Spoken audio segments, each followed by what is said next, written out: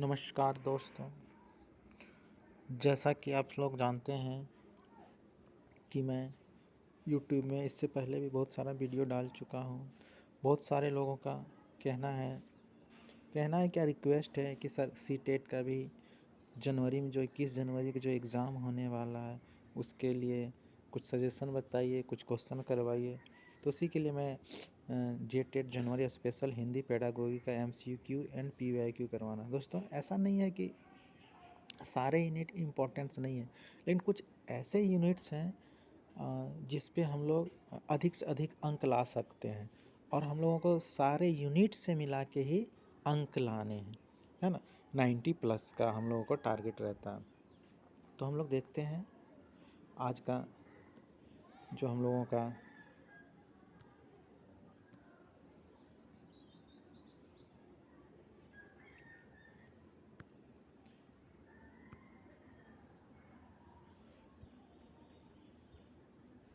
का पहला जो क्वेश्चन है वो है, भाषा की कक्षा में एक विद्यार्थी अवरोध पैदा कर रहा है।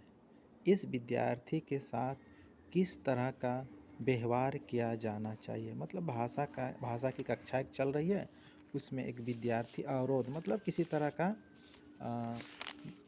क्या बोलते हैं, डिस्टर्ब कर रहा है क्लास को।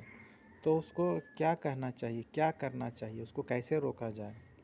तो इसके लिए सबसे जो सटीक जो उत्तर होगा हम लोग देखते हैं, समाधान खोजने के लिए अभिभावकों पर निर्भर रहना चाहिए। देखिए समाधान खोजने के लिए ये तो होगा नहीं, क्योंकि समाधान बच्चे पैदा कर रहे हैं, अभिभावक नहीं। क्लासरूम में कौन रहते हैं, कक्षा में कौन रहते हैं, अभिभावक के बच्चे रहते हैं, इसलिए अभिभावक का इसमें कोई रोल नहीं है। विद्यालय प्रशासन को इस विद्यार्थी के बारे में बताना चाहिए। क्या शिक्षक अपनी कक्षा की सारी बातें क्या विद्यालय प्रशासन के साथ शेयर करना चाहेगा कि हमारे कक्षा में विद्यार्थी अवरोध पैदा कर रहा? नहीं, बिल्कुल नहीं, ये टीचर के व्यू पॉइंट से नहीं होगा।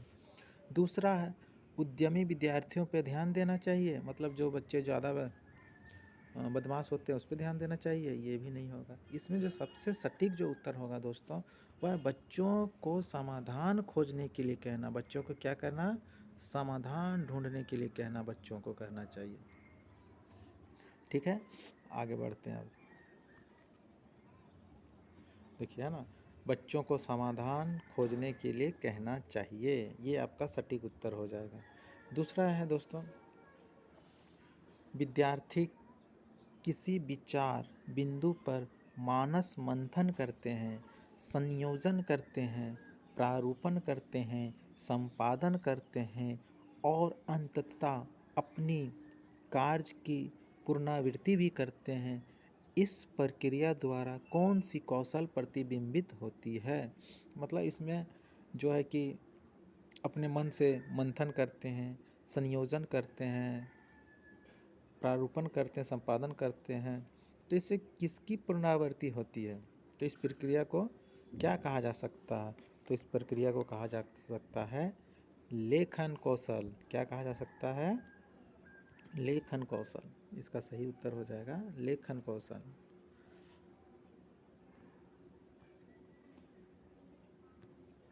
तीसरा है, भाषाई कौशल सीखने का सर्वाधिक उपयुक्त तरीका क्या है। मतलब लैंग्वेज स्किल को सीखने का सबसे सर्वाधिक उपयुक्त तरीका क्या है। समावेशित युक्तियों के माध्यम से, केवल लिखित परीक्षा को प्रदत्त कार्य द्वारा, एक समय पर एक ही कौशल पर ध्यान केंद्रित करके, चुनौतीपूर्ण और यांत्रिक भाषा का ड्रिल की मदद से। देखिए इसमें जो लिखा हुआ है, चुनौतीपूर्ण और यांत्रिक भाषा ड्रिल की मदद से नहीं, एक समय पर एक ही कौशल पर ध्यान दिया जाता, बिल्कुल नहीं। एक समय पर हम लोग बहुत सारे कौशल पर ध्यान दे सकते हैं। केवल लिखित परीक्षा, ये भी नहीं होगा। तो हम लोग के पास एक ऑप्शन बन जाता ए, मतलब समावेशित युक्तियों के माध्यम से। ठीक है, कोई दिक्कत, आगे बढ़ते हैं।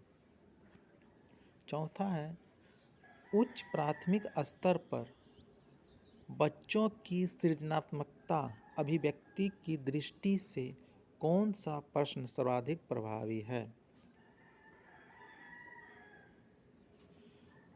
उच्च प्राथमिक स्तर पर बच्चों की सृजनात्मकता अभिव्यक्ति की दृष्टि से कौन सा प्रश्न सर्वाधिक प्रभावी है? तो हम लोग देखते हैं ऑप्शन की ओर। लेखक खान पान में बदलाव को लेकर चिंतित क्यों है? घर में बातचीत करके घर में बनने वाले पकवानों के बारे में प्रक्रिया बताएं। खान पान के मामले में स्थानीयता का क्या अर्थ है? खान पान में बदलाव के कौन से फायदे हैं? देखिए, क्रिएटिविटी मतलब क्या कि किसी भी नए चीज़ को बनाना। बच्चों में क्रिएटिविटी को डेवलप करने के लिए क्या किया जाता है कि किसी चीज़ की प्रक्रिया बताना। तो यहाँ पर देखिए लिखा हुआ है, घर में बातचीत करके घर में बनने वाले पकवानों के बारे में प्रक्रिया बता के उसका क्रिएटिव माइंड हम लोग विकसित कर सकते हैं। तो ये आपका यहाँ उत्तर दिया हुआ था ऐसे दोस्तों, लेकिन इसका जो सटीक उत्तर होगा वो बी ही होगा, और बी दिया हुआ है। ठीक है,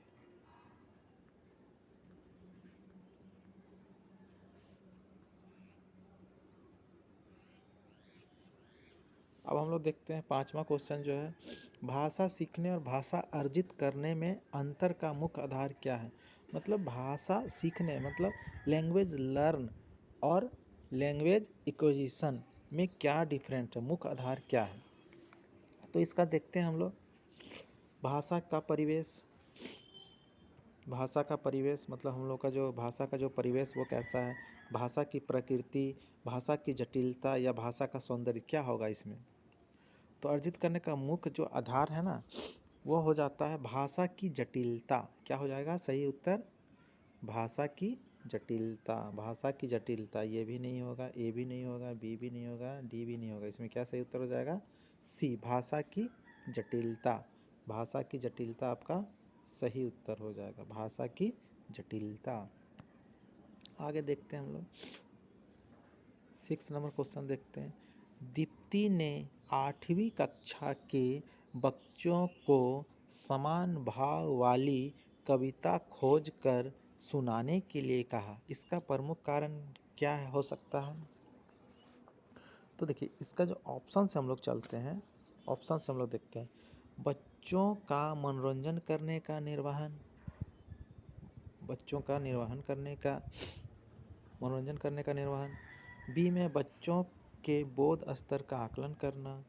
सी में बच्चों का समान भाव का अर्थ समझना। बच्चों को श्रवण प्रक्रिया का आकलन करना। तो इसका सही जो उत्तर हो जाएगा ए, बच्चों का मनोरंजन करने का निर्वहन। मतलब अपने से वह समान भाव के कविता को खोजेगा जिसमें उसको ज़्यादा इंटरेस्ट है, जिसको पढ़ने से उसको इंटरेस्ट आता है, तो वैसे कविता को वह चुन के सुनाना चाहेगा। दूसरा है, 7वां है, राष्ट्रीय पाठचर्या की रूपरेखा 2005 भाषा को बच्चे का सबसे समृद्ध संसाधन मानती है।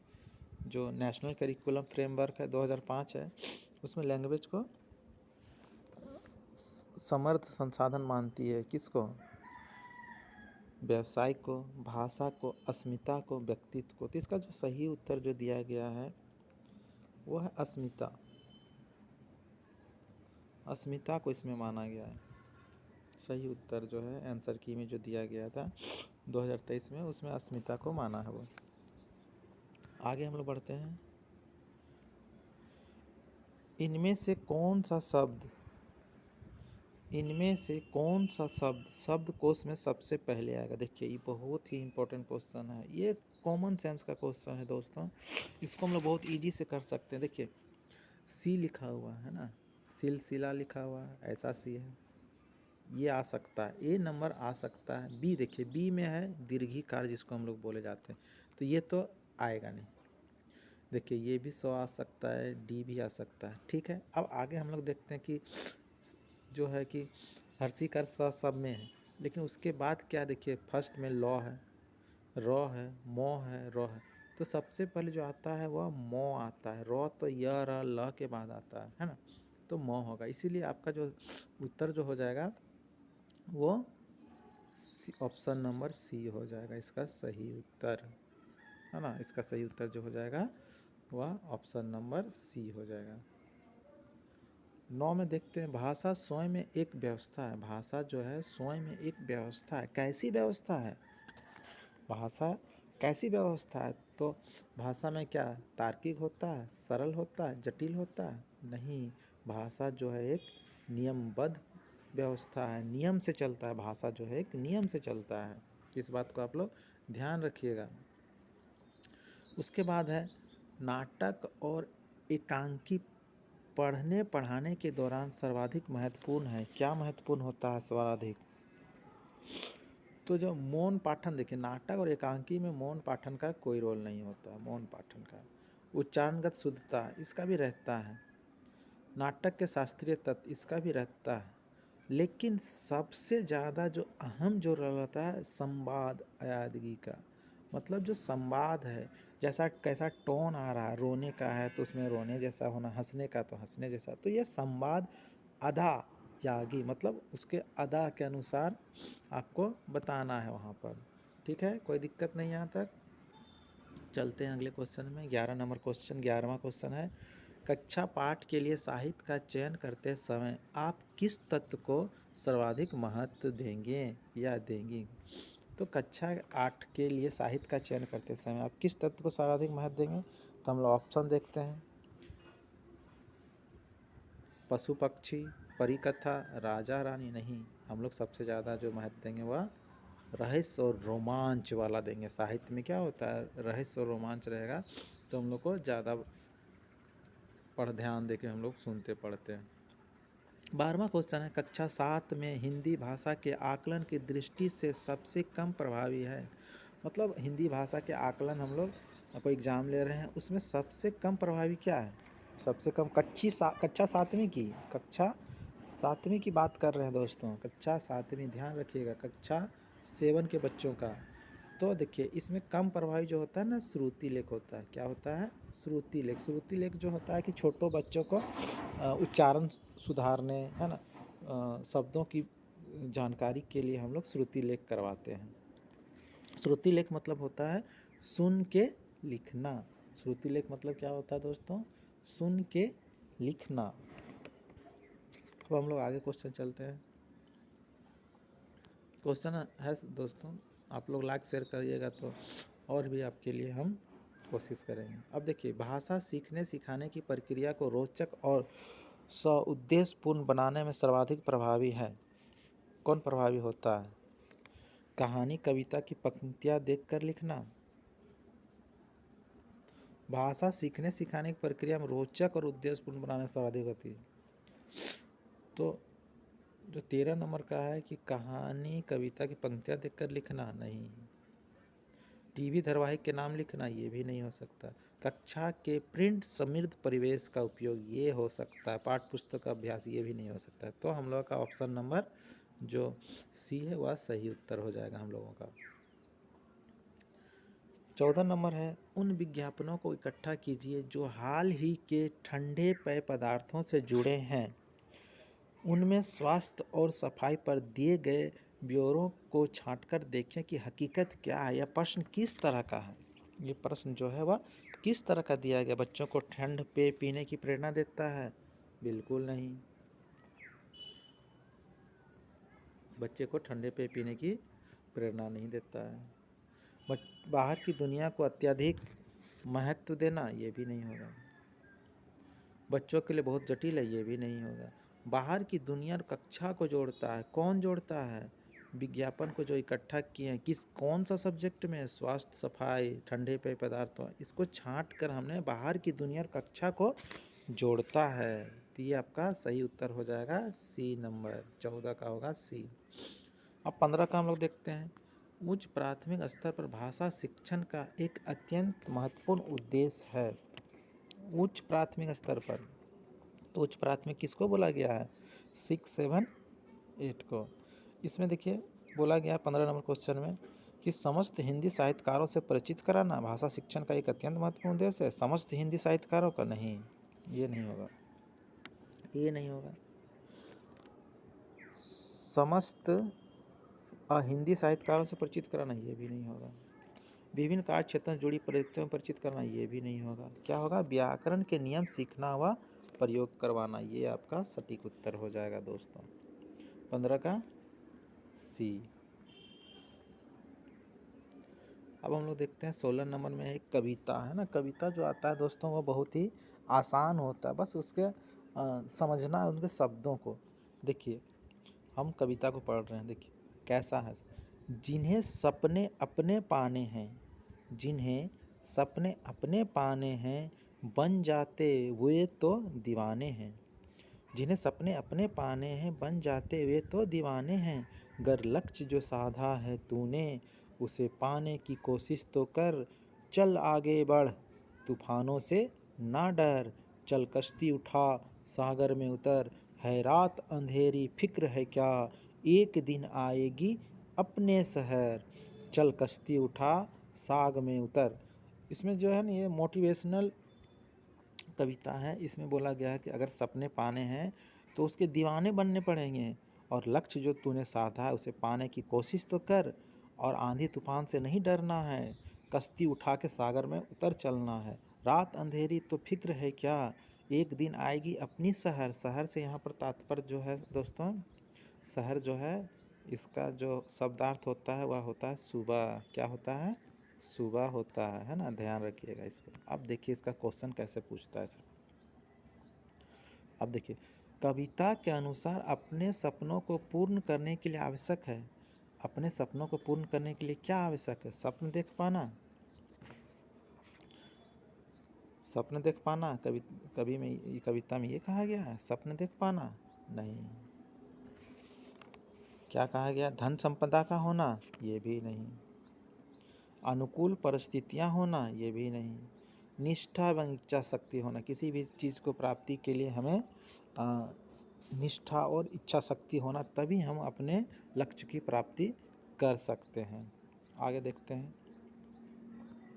17 नंबर में, जीवन में सुख दुख आशा निराशा की स्थिति है ना। जीवन में सुख दुख आशा निराशा की स्थिति क्या रहती है? सदैव बनी रहती है। इसका सही उत्तर जो हो जाएगा दोस्तों वह हो जाएगा सदैव बनी रहती है ना। जीवन में सुख दुख आशा निराशा की स्थिति है। ये जब सुख है उसके बाद दुख है, आशा है निराशा है, तो सदैव बनी रहती है। अगला क्वेश्चन है शहर का। देखिए आगे ना शहर का अर्थ है, तो शहर का अर्थ क्या बताया मैंने आपको? सुबह। सुबह से होता है शहर का अर्थ, सुबह। उसके बाद कविता की कौन सी पंक्ति मानव के मनोबल को बढ़ाती है? कविता की कौन सी पंक्ति मनुष्य के मनोबल को बढ़ाती है? तो हम लोग देख सकते हैं कविता में, जिन्हें सपने अपने पाने हैं, बन जाते वे दीवाने हैं। अगर लक्ष्य जो साधा है तूने, उसे पाने की कोशिश तो कर। चल आगे बढ़, तूफानों से ना डर। चल कश्ती उठा, सागर में उतर। तो इसमें बोला गया है चल कश्ती उठा, सागर में उतर। मनोबल बढ़ाती कौन? चल कश्ती तो उठा, सागर में तो उतर के देख, है ना। तो आपका सही उत्तर हो जाएगा बी, चल कश्ती उठा सागर में उतर।